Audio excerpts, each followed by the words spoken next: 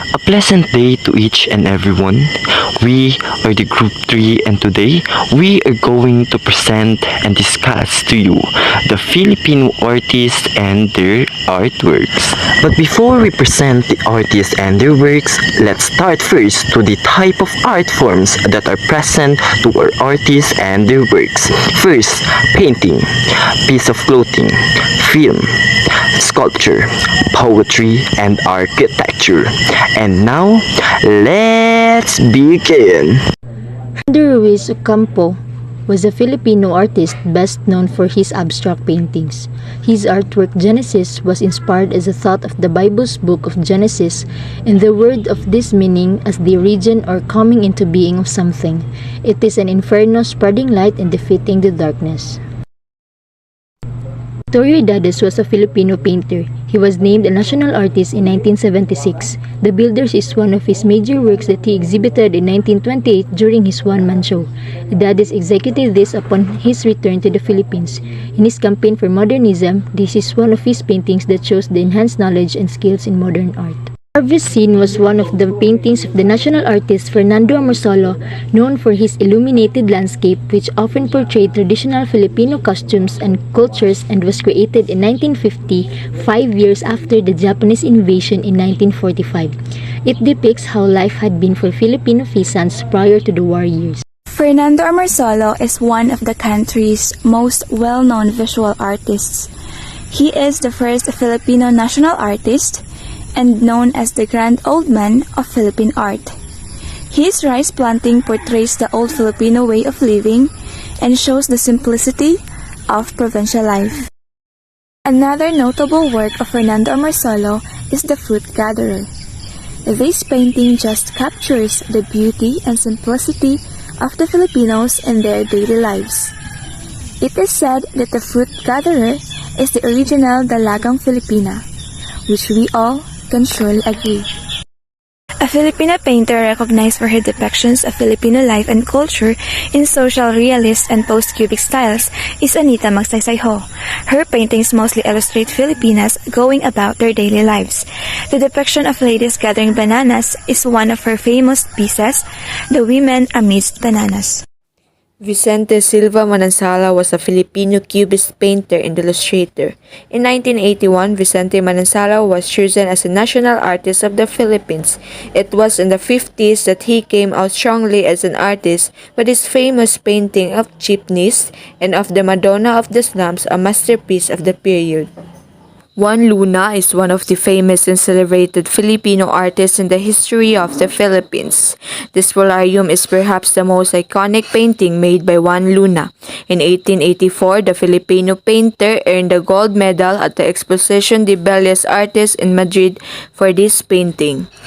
Mark Tumang is a Filipino designer. One of his most recent popular pieces is the lava gown of Miss Universe 2018 Catriona Gray. A Mark Tumang gown has been made to the highest standard. No wonder Mac's iconic designs continue to break barriers and gain recognition around the world. Eric Oteiza de Gea, better known as Kidlat Tahimik, a film director, writer, and actor whose films are commonly associated with the third cinema movement through their critiques of neo-colonialism. He was recognized in 2018 as National Artist of the Philippines for film, a conferment which represents the Philippine state's highest recognition for artists. And what we are seeing in the left side of the screen is a very famous work that he made, is the Balikbayan #1 Memories of the Overdeveloped Redux III. The next one is Guillermo Estrella Tolentino, who represents the National Artist Award for Sculpture in 1973. He is considered as the father of the Philippine art because of his great work, like the famous Bonifacio Monument, and that's what we're seeing in the screen. It symbolizes Filipino cry for freedom located in intersection of EDSA, Rizal Avenue, and the Oblation in the UP signifying academic freedom. Napoleon V. Abueva, a native of Bohol, was the youngest National Artist Awardee and considered as the father of modern Philippine sculpture.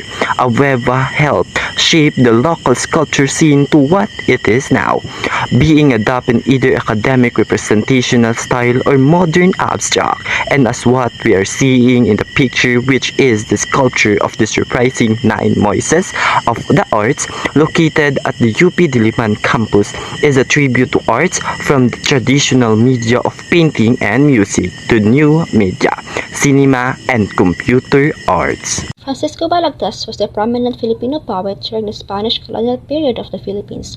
The famous epic Ferrante at Laura is regarded as his defining work. He is widely considered as one of the greatest Filipino literary laureates for his impact on Filipino literature. Jose Garcia Villa was a Filipino poet, literary critic, short writer, and painter. He is known to have introduced the reverse consonance rhyme scheme in writing poetry. The Anchored Angel is one of his notable works. He was awarded the National Artist of the Philippines title for Literature in 1973. Pasita Abad was an Ivatan and Philippine-American painter. Abad developed a technique of trapunto painting which entails stitching and stuffing her painted canvases to give them a three-dimensional, sculptural effect. One of her famous work is the Alcove Beach in Singapore. Her most memorable award was obtained as Standing Young Man Award for Art in the Philippines in 1984. Abad established a unique trapunto technique in painting and has influenced numerous art scholars.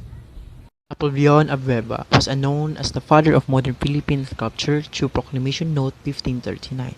He was proclaimed National Artist for Sculpture in 1976, when he was 46, making him the youngest recipient of the award. His artwork Memorial Cross is towering 555-meter structure above sea level. The annual celebration of the Araw ng Kagitingan at the Mount Samat is the most significant event in Bataan. Pablo S. Antonio Sr. was a Filipino architect. He was recognized in some quarters as the foremost Filipino modernist architect of his time.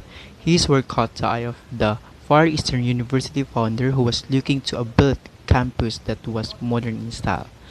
And he designed several buildings on the university campus in the Art Deco style. Leandro V. Locsin was a Filipino architect, artist, and interior designer known for his use of concrete, floating volume, and simplistic design in his various projects.